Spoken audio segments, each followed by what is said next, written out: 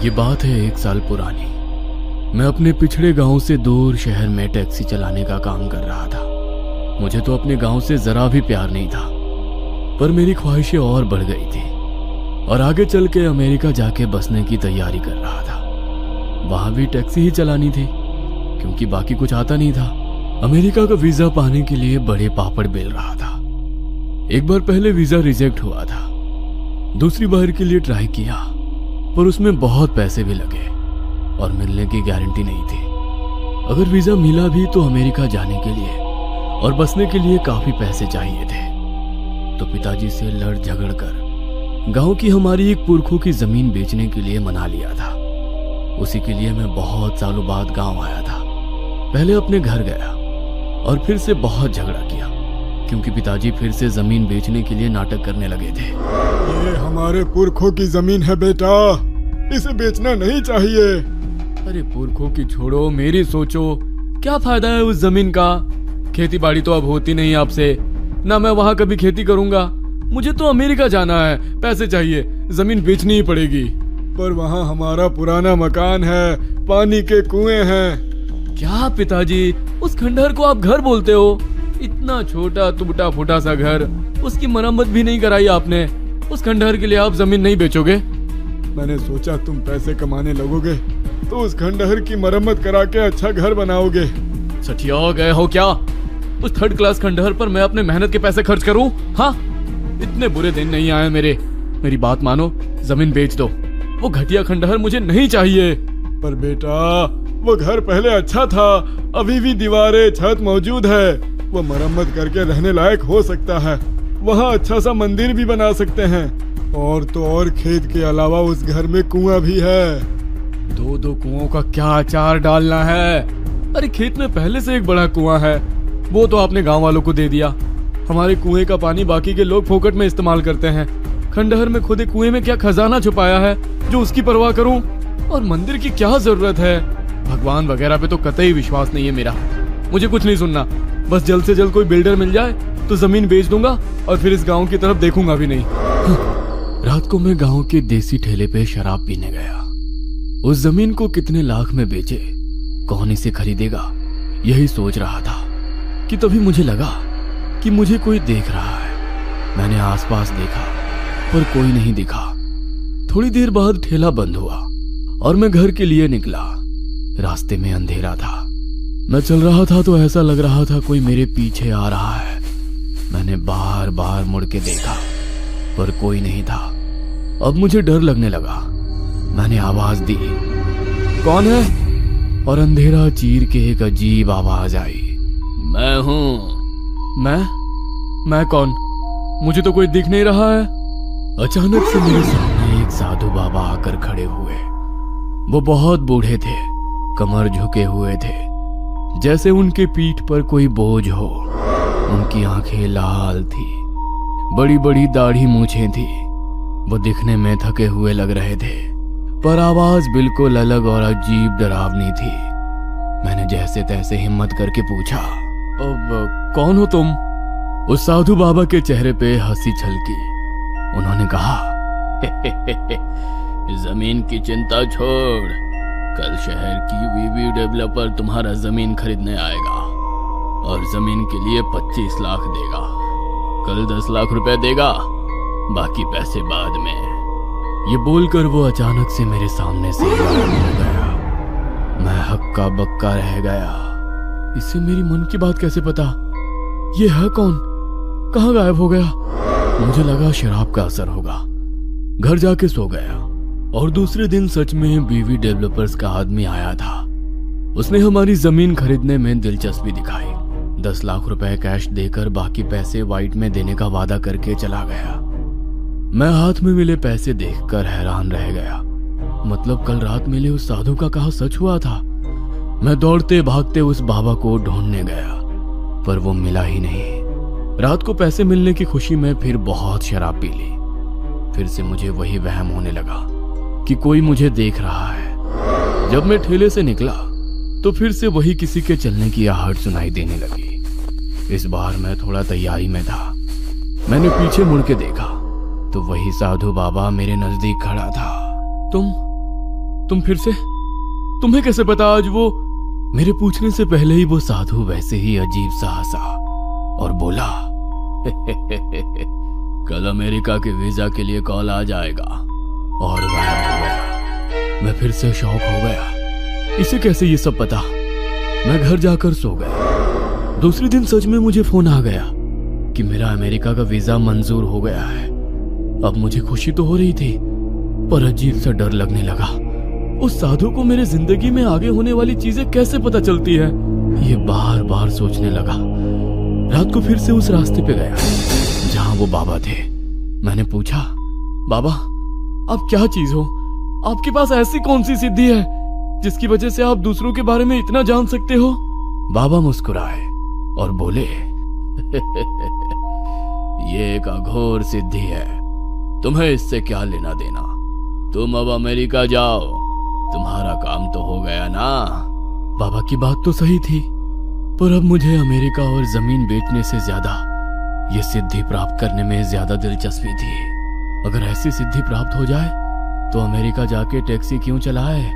America के लोगों को उनका भविष्य बताकर बहुत पैसे कमाऊंगा, दुनिया घूम पाऊंगा, बैठे बैठे सारे प्रॉब्लम्स ही सॉल्व हो जाएंगे। मैंने बाबा से कहा, अब नहीं बाबा, अमेरिका तो जाऊंगा ही, पर मुझे ये सिद्धि चाहिए। बाबा ने मेरी तरफ देख के आंखें बड़ी करते हुए कहा, तुम्हें क्यों चाहिए ये सिद्धि? इतनी आसानी से प्राप्त नहीं होती ये। आपको तो भूत भविष्य सब दिखता है, ये मैं समझ गया। मेरी जिंदगी में और भी तो कठिनाइयां हैं, हर बार आपके पास थोड़ी ना आता रहूंगा। ये सिद्धि मिलने के बाद कठिनाइयां कम नहीं होती, बढ़ भी सकती है, सोच लो।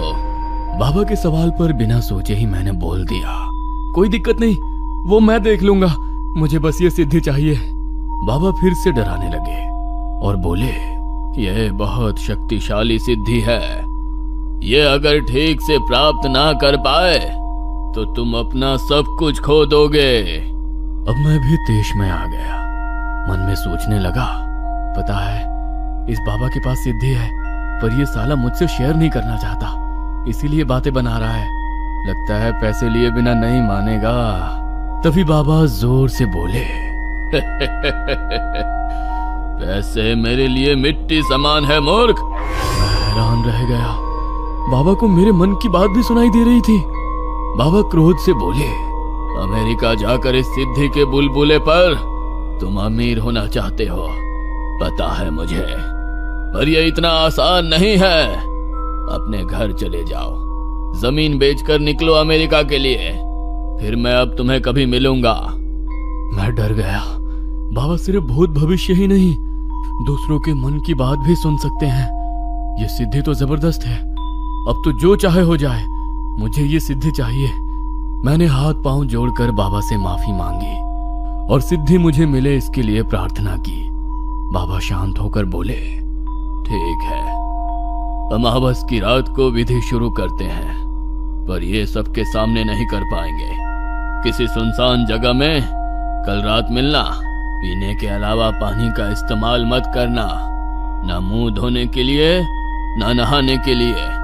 बिना किसी को बताए अमावस्या की रात किसी ऐसी जगह मिलना जहां लोगों का आना जाना ना हो, खुफिया हो, शमशान या फिर जंगल। जंगल का रास्ता भी अब लोगों के आने जाने से इतना खुफिया तो रहा नहीं था। शमशान में भी आए दिन किसी गांव वाले की चिता जलाने लोग आते ही रहते थे। फिर ऐसी कौन सी जगह हो सकती है जहां खुफिया तरीके से साधना कर सके और सिद्धि मिल सके? फिर मेरे दिमाग में आया, मैं जो जमीन बेचने वाला हूं उस खेत में साधना कर सकते हैं। वैसे भी मैं अपने खेत में जो चाहे करूं, कौन है पूछने वाला। बाबा को खेत दिखाया, खेत के पास कुआं भी था। वो देखकर साधु बाबा खुश हुए। उन्होंने अमावस वाली रात को मुझे हमारी खेत वाले कुएं के पास आने के लिए कहा, साथ में बहुत सारा चावल लेकर आने के लिए बोला, और पानी को बिल्कुल भी छूना नहीं है, इस बात को फिर से दोहराया। अब मैं खुश होकर अमावस का इंतजार करने लगा। 4 दिन बाद अमावस थी। सुबह उठ के बिना हाथ पांव मुंह धोए दिन भर अपने कमरे में बैठा रहा। ऐसे बर्ताव के लिए पिताजी डांटने लगे, पर उन्हें सच्चाई बता नहीं सकता था। रात को सबके सोने के बाद मैं खेत में पहुंचा तो देखा बाबा कुछ मंत्र तंत्र कर रहे थे। आग जली हुई थी, बहुत सा सामान रखा हुआ था जिसमें इंसान की खोपड़ियां थी, राख थी, एक नवजात बालक की लाश थी, कुछ अजीबोगरीब पत्थर थे, फिर किसी जानवर का मांस, कुमकुम और ना जाने क्या कुछ था। उन्होंने एक आधी टूटी खोपड़ी में खून भर दिया। यह खून इंसान का था या जानवर का, यह मुझे समझ नहीं आया। मैं तो वो सब देख के ही डर गया था। एक पल के ये भी सोचा कि यहां से भाग जाऊं कि तभी बाबा ने पूछा, क्या तुम सच में यहां से भागना चाहते हो? मैं ये सवाल सुनकर चुप हो गया। बाबा ने फिर से मेरी मन की बात सुन ली थी। बाबा ने कहा, अगर तुम ये नहीं सह सकते तो अभी बता दो, क्योंकि साधना शुरू होने के बाद बीच में रुक नहीं सकते और पीछे मुड़ भी नहीं सकते। इसका असर ज्यादा भयानक हो सकता है। मैं सोचने लगा, मेरी जिंदगी अब पटरी पे आ रही थी। अमेरिका का वीजा मिल गया था, पैसों की प्रॉब्लम खत्म हो गई थी। इन सब में पढ़ने की जरूरत नहीं है, क्या इस चक्कर में पढ़ना चाहिए? बाबा ने फिर से कहा, जरूरत तो बिल्कुल नहीं है, तुमने ही जिद की, इसीलिए मैं ये सिद्धि तुम्हें देने आया था। पर अगर तुम तैयार नहीं हो तो मैं यहां से चला जाता हूं, क्योंकि अगर पूरी लगन से तुमने सारे विधि नहीं किए तो ये सिद्धि तुम्हारे लिए नरक का द्वार बन जाएगी, तुम्हारी जिंदगी तबाह कर देगी। इसलिए फिर से सोच लो, अगर ये नहीं सह सकते तो लौट जाओ, यही हमारी आखिरी मुलाकात समझ लो। बाबा ने मुझे डरा ही दिया। एक तो पहले से मैं डरा हुआ था, पर अगर आज मैं डर गया तो एक बड़ी सिद्धि प्राप्त होने से मैं हमेशा दूर हो जाऊंगा। लोगों के मन की बात जानना, उनके भेद जानकर उनसे अपनी मर्जी अनुसार काम करवाना, उनका भूत भविष्य जानकर उनकी जिंदगी पे कंट्रोल करना, इतनी ताकत देने वाली सिद्धि को मैं नहीं जाने दे सकता। मौका होते हुए भी अपने फट्टू होने की वजह से मैं एक बड़ी सिद्धि खोना नहीं चाहता था। मैंने हिम्मत जुटाकर कहा, नहीं बाबा, साधना की तैयारी कर लीजिए, मुझे सिद्धि चाहिए। बाबा फिर से मुस्कुराए और उन्होंने आग जलाकर कुछ मंत्र बोलना शुरू किया। मुझे उनके सामने बिठा दिया। साधना के बीच में वह मुझ पर कभी कुमकुम छिड़कते थे तो कभी काली राख, कभी उस खोपड़ी में राख खून भी छिड़कते थे। बाबा की विधि शुरू ही थे, धुआं धुआं होने लगा। वैसे मुझे लगने लगा हम दोनों के अलावा वहां कोई मौजूद था। उस उभरते धुएं से बड़े डरावने चेहरे दिखने लगे थे और बड़ी ही गंदी बदबू आने लगी थी। मुझे ऐसा लगा जैसे किसी भी पल में उल्टी कर दूंगा। फिर सारा धुआं उस बच्चे के लाश में चला जाने लगा। आग की लपटें बढ़ने लगी। सामने पड़ी बच्चे की लाश थरथराने लगी। खोपड़ी में रखा खून उबलने लगा। मैं डर से कांप रहा था, पर अब मैं पीछे नहीं हट सकता था, क्योंकि अब मुझे सिद्धि मिलने वाली थी। लेकिन विधि खत्म नहीं हुआ था। बाबा ने मुझसे मंगाए हुए चावल का बड़ा ढेर उस बच्चे के लाश पर डाल दिया। उस चावल में बाबा ने मांस का टुकड़ा मिला लिया, फिर उस पर उबलता हुआ खून डाल दिया। उस चावल से धुआं निकलने लगा। चावल के नीचे दबी हुई बच्चे की लाश शायद थरथरा रही थी। फिर कुछ देर बाद सब शांत हो गया। चावल लाल काला दिख रहा था, पक गया था। बाबा ने उस चावल का कुछ हिस्सा मुझे खाने के लिए दिया। मुझे ये बात सोचकर ही उल्टी आने लगी, पर बाबा ने कहा, खाओ इसे, अब पीछे नहीं हट सकते। मैंने एक निवाला खाया और मुझे चक्कर आने लगे। बाबा ने फिर से चावल के कई सारे हिस्से कर दिए और कहा, आधा हिस्सा तुम हर रोज सुबह शाम खाते रहना, इसके अलावा तुम कुछ भी नहीं खाओगे।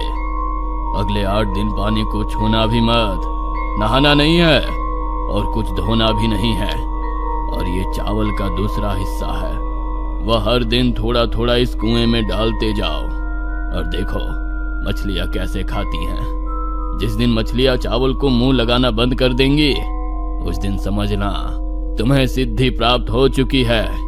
यही हमारी आखिरी मुलाकात है, फिर हम कभी नहीं मिलेंगे।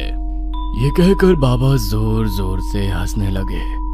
मुझे चक्कर आने लगे और मैं बेहोश हो गया। सुबह जब जागा तो आसपास कुछ भी नहीं था, ना वो बाबा, ना उनका कोई सामान। बस दिया हुआ वो गंदा चावल सामने पड़ा हुआ था।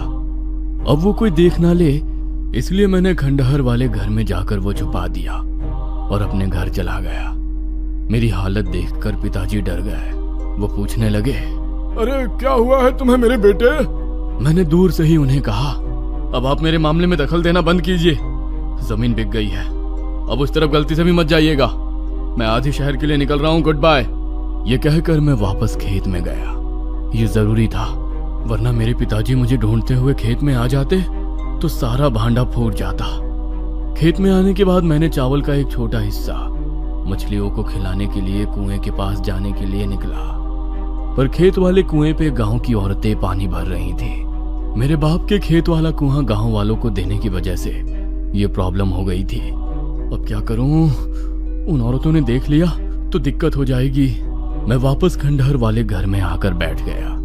तभी मुझे याद आया, खंडहर वाले इस घर में भी तो एक कुआं है। वो किस दिन काम आएगा। मैं खुश हो गया। मैं चावल लेकर घर के कुएं की ओर बढ़ा। कुएं में झांक कर देखा, ज्यादा पानी नहीं था, पर मछलियां थीं। मैंने चावल फेंका, मछलियां उस पर झपट पड़ी। मैं खुश हो गया। फिर अगले कुछ दिन उस घटिया से घर में ही छुप के रहने लगा। दिन गुजरते गए। इतने दिनों में ना मैंने पानी पिया, ना नहाया, ना मुंह धोया। एक ही समस्या थी, मुझे हर रोज गंदा, बदबूदार, लाश पर पकाया हुआ खून भरा चावल खाना पड़ रहा था। 8-10 दिनों बाद चावल खत्म होने को आए, तब मुझे महसूस हुआ चावल के नीचे कोई लाश ही नहीं थी। जहां तक मुझे याद था, बाबा ने बच्चे की लाश पर ही चावल रखकर पकाए थे। फिर वो लाश कहां गई? पता नहीं, कोई चमत्कार ही होगा। खून से सना खाना खाने के दिन खत्म हो गए थे। अब मैं सर्वशक्तिमान बनने की कगार पे था। फिर आया 13वां दिन। उस दिन सुबह उठते ही मुझे बहुत भारी भारी महसूस होने लगा। ऐसा लगा जैसे मेरे पीठ या कंधे पर कोई बड़ा सा बोझ है। मैंने चावल का अंतिम हिस्सा उठाया और खंडहर के कुएं की तरफ गया। मैंने चावल कुएं में डाला और देखा तो हैरान हो गया। मछलियां आज चावल पर झपट नहीं पड़ी, बल्कि चावल से दूर भागने लगी। अचानक हवाएं बदलने लगी। मुझे लगा तूफान आ रहा है। मैं यहां वहां देखने लगा। मेरे बदन में गर्माहट महसूस होने लगी। कान नाक से खून बहने लगा। मैं डर गया। मुझे समझ नहीं आ रहा था कि मेरे साथ कुछ अलग हुआ है। मैं खंडहर वाले घर से बाहर भागने लगा तो अचानक मेरे पांव रुक गए। ऐसा लगा कोई मुझे खींच रहा है और खींचते खींचते फिर से उस खंडहर में लाकर मुझे पटक दिया गया। यह किसने किया? मुझे तो कोई दिख नहीं रहा था। मैंने दोबारा कोशिश की। फिर से मुझे किसी ने घर की तरफ खींचा। मैं परेशान हो गया। अब मुझे सिद्धि प्राप्त हो चुकी है, फिर भी मैं इस घटिया घर में क्यों पड़ा हुआ हूँ? मुझे समझ नहीं आ रहा था। मैंने खिड़की में से खेत में खड़े एक आदमी को देखा और उसको अपनी तरफ बुलाया। उस आदमी को मैंने कभी देखा नहीं था, ना उसे जानता था। उस आदमी के जरिए मैं पिताजी तक मेरी खबर देने की सोच रहा था, पर जैसे ही वो नजदीक आया, मेरे मुंह से अजीब बात निकली। मेरी आवाज मेरी नहीं थी। अजीब आवाज में मैंने कहा, बिरजू, यादव की बेटी के साथ तुम आज नहीं भाग पाओगे। आज तुम्हें गांव वाले मार डालेंगे। वो आदमी डर गया और डर के मारे भाग गया। मैं हैरान हो गया, ये मेरे साथ क्या हो रहा था? मैंने उस आदमी का भूत, भविष्य और मन की बात जान ली, पर यह वैसे नहीं हो रहा था जैसे मैंने सोचा था। मैंने आवाज लगाकर रास्ते से आने जाने वालों को बुलाने की कोशिश की। कुछ लोग आते थे, पर पता नहीं मुझे देखकर डर कर भाग जाते थे। 2 दिन ऐसे ही गुजरे। अब मेरे लिए इस खंडहर में एक एक पल बिताना मुश्किल हो गया था। आखिर एक दिन एक आदमी ने मुझे पहचान लिया और वो मेरे पिताजी को लेकर आ गया। पिताजी मेरी हालत देखकर रोने लगे। वो दरवाजे के अंदर आने की कोशिश कर रहे थे कि दूर जाकर गिर पड़े। जैसे कोई शक्ति उन्हें घर के अंदर नहीं आने दे रही थी। वो वहीं बैठे रोने लगे और बोलने लगे, बेटा, अरे बेटा, ये क्या हो गया तुम्हें? तुम तो शहर जाने वाले थे, अमेरिका जाने वाले थे। पिताजी को ऐसा रोता देख मुझे भी रोना आ गया। मैं बहुत शर्मिंदा था। मैं पिताजी से कहना चाहता था कि मुझे माफ कीजिए, मैंने बहुत बड़ी गलती कर दी। पर मुंह खोलते ही मेरे मुंह से अजीब आवाज निकली। और कहने लगी, रामदीन, अगले कुछ घंटों में तुम्हारी मौत होने वाली है, पर तुम्हें अग्नि देने वाला तुम्हारा बेटा नहीं आ पाएगा। यह बात सुनकर पिताजी कांप उठे। मैं खुद भी यकीन नहीं कर पा रहा था कि मैं क्या सुन रहा हूं। पिताजी दौड़ते भागते गए और थोड़ी देर बाद गांव के कुछ लोग और एक मांत्रिक को लेकर आए। उस मांत्रिक ने जैसे ही दरवाजे के अंदर पांव रखने की कोशिश की, वो किसी अजनबी शक्ति द्वारा पीछे फेंक दिया गया। सब ये देख हैरान हो गए। मांत्रिक समझ गया कुछ बड़ी अघोरी शक्ति यहां आ चुकी है। वो आंखें बंद करके बैठा। उसे शायद सब कुछ समझ आ गया था। उसने आंखें खोली और जो कहा वो सुनकर सब दंग रह गए। बाबू, तुम्हारे साथ भयंकर वाला खेला हो गया है बाबू। तुम एक पिशाच के अधीन हो चुके हो। क्या? मैं तो सिद्धि प्राप्त कर रहा था। मैं जैसे तैसे बोला। हाँ, सिद्धि प्राप्त हो गई है तुम्हें, पर यह पिशाच सिद्धि है। तुम इस सिद्धि के काबिल ना होते हुए भी तुमने सिद्धि प्राप्त कर ली। अब उस बच्चे का पिशाच तुम पर हावी हो गया है। अब वही तुमसे सब करवा रहा है। ये सुन मैं डर गया। बच्चे का पिशाच? कौन सा बच्चा? कैसा बच्चा? फिर मुझे वो रात याद आई जब बाबा उस नवजात छोटे बच्चे की लाश विधि में इस्तेमाल कर रहे थे। उसी पर चावल डाला था और जब चावल खाकर मैंने पूरा किया था तो नीचे किसी बच्चे की लाश नहीं थी। वो कोई चमत्कार नहीं था? मतलब वो बच्चा? नहीं, ये नहीं हो सकता। उस बाबा के कंधे पर भी बच्चे का पिशाच बैठा था, पर बाबा बूढ़ा हो चुका था। उसकी मौत नजदीक आई थी, इसलिए उस पिशाच को एक नए शरीर की जरूरत थी। उसने तुम्हें फंसाया है बाबू। तुम्हारी लालच, हवस उसने भांप ली थी, पर वो बाबा खुद से तुम्हें सिद्धि नहीं दे सकता था, क्योंकि तुम कोई सिद्ध पुरुष नहीं हो। तुम एक साधारण आदमी हो। कोई सिद्ध पुरुष ऐसे गंदे पिशाच अपने पास नहीं भटकने देते। पिशाच वाली सिद्धि के कुछ नियम होते हैं।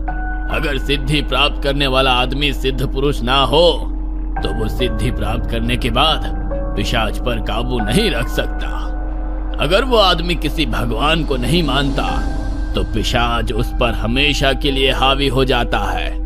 दूसरे इंसान को सिद्धि देने से पहले सिद्धि से दूर रहने के लिए कहना पड़ता है, और उसके बावजूद कोई साधारण आदमी मना करने के बाद भी 3 बार सिद्धि की मांग करे तो सिद्धि दी जाती है। साधु बाबा ने तुम्हें 3 बार वार्निंग दी, पर तुमने फिर भी सिद्धि मांग ली। सिद्धि से आने वाली दिक्कतों के बारे में बताने के बावजूद तुमने हामी भर दी और तुम फंस गए। मैं ये सुनकर सुन्ना हो गया। गांव वाले भी एक दूसरे की तरफ देखने लगे। फिर मांत्रिक अचानक बोला, पर सबसे बड़ी गलती जो तुमसे हुई है वो खुद तुमने की है, ना कि उस साधु ने। गलती? कौन सी गलती? मैं सोचने लगा। साधु ने बोला, साधु ने तुम्हें खेत वाले कुएं पर चावल के हिस्से डालने को कहा था, पर तुमने इस घर के कुएं में चावल डालना शुरू किया। यही तुम्हारी सबसे बड़ी गलती है। यह पिशाच इस घर के कुएं में पैदा हुआ, इस घर की 4 दीवारों में, ना कि किसी जंगल, शमशान या खेत जैसे खुली जगह में। ये बात सुनकर मेरे रोंगटे खड़े हो गए। सारे गांव वाले मेरी तरफ हैरत भरी नजर से देखने लगे।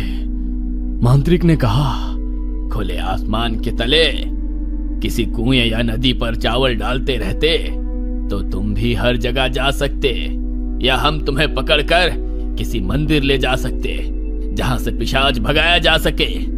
पर तुमने इसके घर के कुएं को चुनकर इस घर को पिशाच का घर बना दिया है। अब ये पिशाच ये घर कभी नहीं छोड़ेगा। तुम्हें अब इस खंडहर से कभी बाहर नहीं आने देगा, ना इस खंडहर को किसी को छूने देगा। अब तुम हमेशा के लिए इस घर में बंद हो चुके हो। मैं तो क्या, कोई भी अब तुम्हारी मदद नहीं कर सकता। क्या? मैं रोने लगा। यह नहीं हो सकता। मुझे तो इस गांव से नफरत है। इस खंडहर जैसे घर में रहने का सोच भी नहीं सकता। मुझे तो अमेरिका जाना है, गांव में नहीं रहना। इस खंडहर में एक पल भी नहीं। मैं गुस्से से उठकर घर के बाहर दौड़ने लगा कि पिशाच ने मुझे वापस घर में फेंक दिया। मैं रोने लगा, अरे ये कैसी सिद्धि है? हे भग, मैं भगवान का नाम लेने की कोशिश कर रहा था, पर मन में भी मैं भगवान का नाम नहीं ले पा रहा था।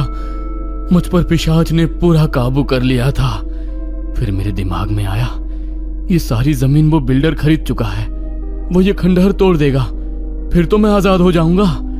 तभी मेरे कानों में वही आवाज गूंजी, ये खंडहर अब ऐसे ही रहेगा, कोई इसे तोड़ नहीं पाएगा। यह मेरा घर है और तुम मेरा शरीर। अब जब तक तुम्हारी मौत नहीं आती तब तक ऐसे ही रहोगे, वही करोगे जो मैं करवाऊंगा। तभी बाहर आओगे जब मुझे जाना होगा। वो हंसी की आवाज गूंज उठी। मैं रोने लगा। मेरी ये हालत देखकर मेरे पिताजी मेरे पास दौड़कर आने लगे, लेकिन दरवाजे तक पहुंचते ही वो दूर फेंक दिए गए। वो ये बर्दाश्त नहीं कर पाए और उनकी वही मृत्यु हो गई। मैं अपने पिताजी की तरफ भागने लगा तो मुझे उस पिशाच ने फिर अंदर फेंक दिया और मेरे कानों में आवाज गूंजी, याद नहीं क्या कहा था? कुछ घंटों में मौत होगी रामदीन की और उसे उसका बेटा अग्नि भी नहीं दे पाएगा, क्योंकि वो इस घर से कभी बाहर नहीं निकल पाएगा। बस 1 साल हो गया इस बात को। उस दिन से मैं यहां अटक चुका हूं, उसी कुएं के पानी पर जिंदा हूं। मेरा भविष्य शायद कुछ और होता। अमेरिका ना सही, शहर में तो टैक्सी चलाता। जिस गांव से पीछा छुड़ाना चाहता था, जिस जमीन को बेचना चाहता था, जिस घर को गिराना चाहता था, अब उसी में कैद हो गया। गांव वाले अब यहां देखने भी नहीं आते। मेरी एक गलती ने मुझे बर्बाद कर दिया। क्या मेरा कुआं का चुनाव गलत था, या सिद्धि की मांग करना, या शायद मैं आदमी ही गलत था?